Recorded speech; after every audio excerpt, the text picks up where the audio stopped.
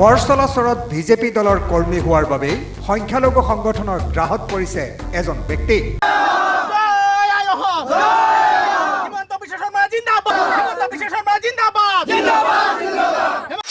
BJP কৰ্মী হোৱাৰ বাবে সংখ্যালঘু সংগঠনৰ অপপ্ৰচাৰৰ গৰাহত পৰিছে গিয়াছুদ্দিন।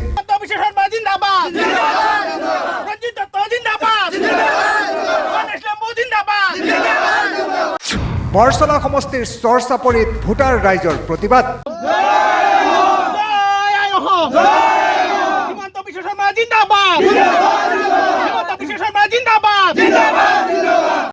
সংখ্যালঘু সংগ্ৰাম পৰিষদৰ নেতাৰ বিৰুদ্ধে এই প্ৰতিবাদ।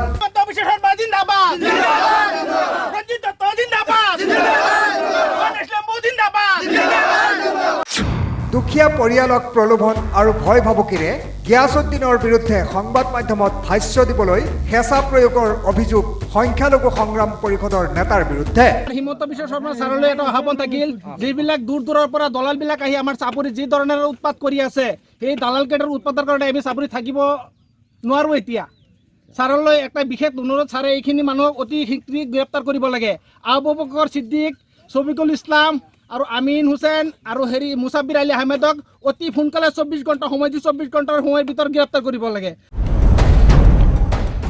জুৰিয়াৰ সমীপৱৰ্তী চৰ চাপৰিসমূহত উচ্ছেদ বন্ধ কৰাৰ নামত গিয়াছুদ্দিনে চৰৰ লোকসকলৰ পৰা লাখ লাখ টকা সংগ্ৰহ কৰাৰ বাতৰি সম্প্ৰচাৰিত হৈছিল।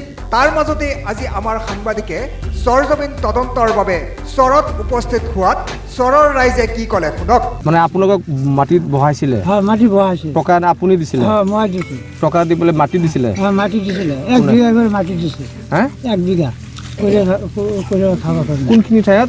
এই যিটো ঘৰ বান্ধিছোঁ সেইটো আইনমেৰি চাপৰি। মানে উচ্ছেদ আবাৰ হৈ যোৱাৰ পিছত আপোনালোকক কোনে বহাইছিলে? হ্যাঁ, ছবিকুল বহাইছিলে। ছবিকুল আৰু কোন?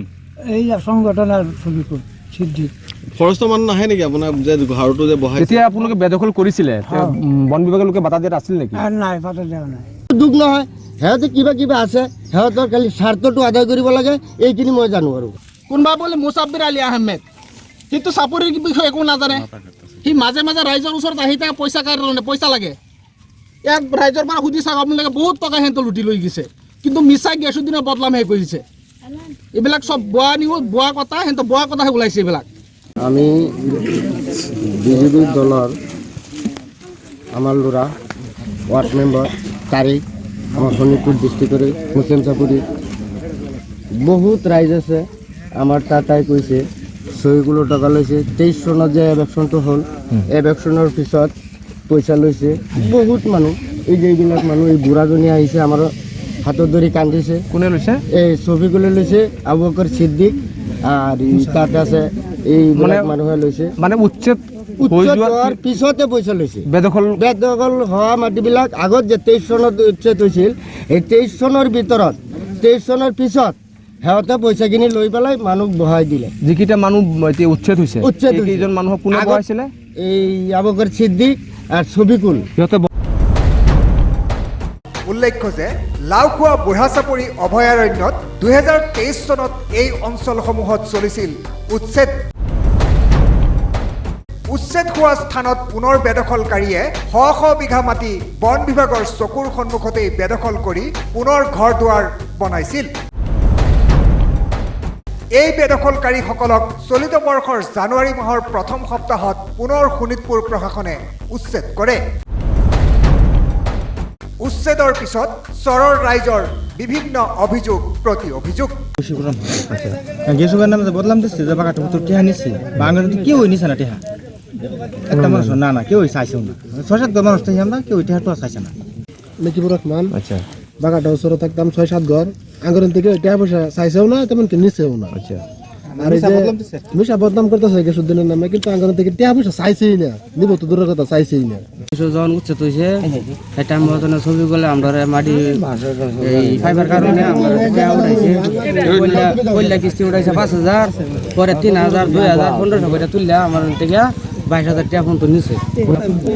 গেছো দাদার নামে যে বদনামটা দিচ্ছে মানুষে, এই বদনামটা হুদা মিশা বদনাম। এই বদনামটা কোনো হাসা কথা না, এটা হুদা মিশা কথা। পয়সা করে তোলার ভিতরে ছবিকুল মাস্টারে পয়সা তুলছে সংগঠনের নেতা ছবিকুলে পয়সা করে নিছে। একাংশ স্তৰৰ ৰাইজে উচ্ছেদ বন্ধ কৰাৰ নামত সংখ্যালঘু সংগ্ৰাম পৰিষদৰ নেতাকৰ্মীয়ে ধন সংগ্ৰহ কৰা বুলি অভিযোগ উত্থাপন কৰিছে যদিও আন একাংশই স্থানীয় এজন বিজেপি নেতাই এই ধন সংগ্ৰহ কৰিছে বুলি অভিযোগ উত্থাপন কৰিছে। এইবিলাক এভেকশ্যন হৈ আছে, আমি এটা সুধিছোঁ যে এভেকশ্যন হৈ আছে, টকা লৈছে, মানুহ টকা লৈছে, সংগঠনৰ মানুহবিলাক নাম নাজানো, সিহঁতে টকা লৈছে আৰু ক'ব দিছে যে গেছুদ্দিনৰ কথা ক'বা, সিহঁতে এইটো কৈছে যে টকা কিয় দিছা, ক'লে এভেকশ্যন বন্ধ কৰিব, সেইটো কাৰণে দিছোঁ।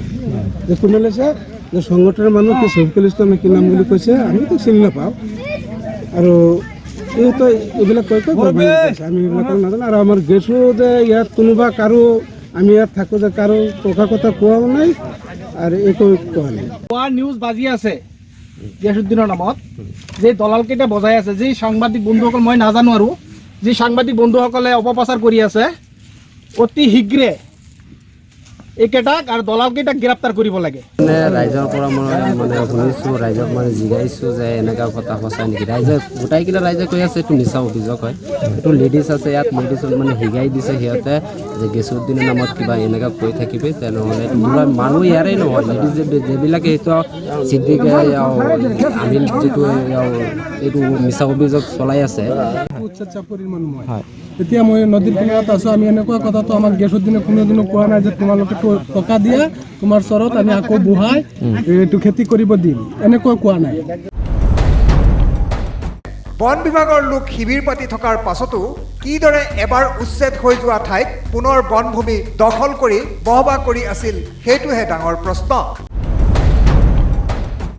আজি চাওক 2023 চনত যেতিয়া এভেকশ্যনটো হৈছে, তেওঁলোকৰ এইটো বনাঞ্চলত পৰিছে, এইটো লাওখোৱা অভয়াৰণ্যত, তাত এভেকশ্যন যেতিয়া হৈ গৈছে তাত মানুহটো বহিব নালাগিছিলে।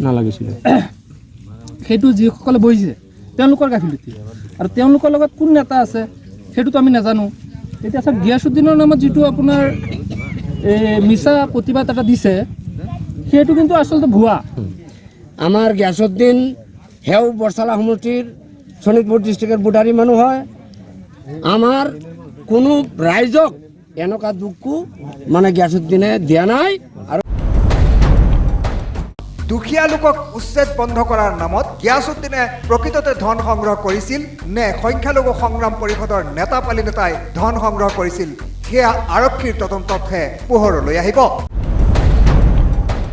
জুৰিয়াৰ পৰা আবুল খায়েৰ, এনালাইচিছ 24/7।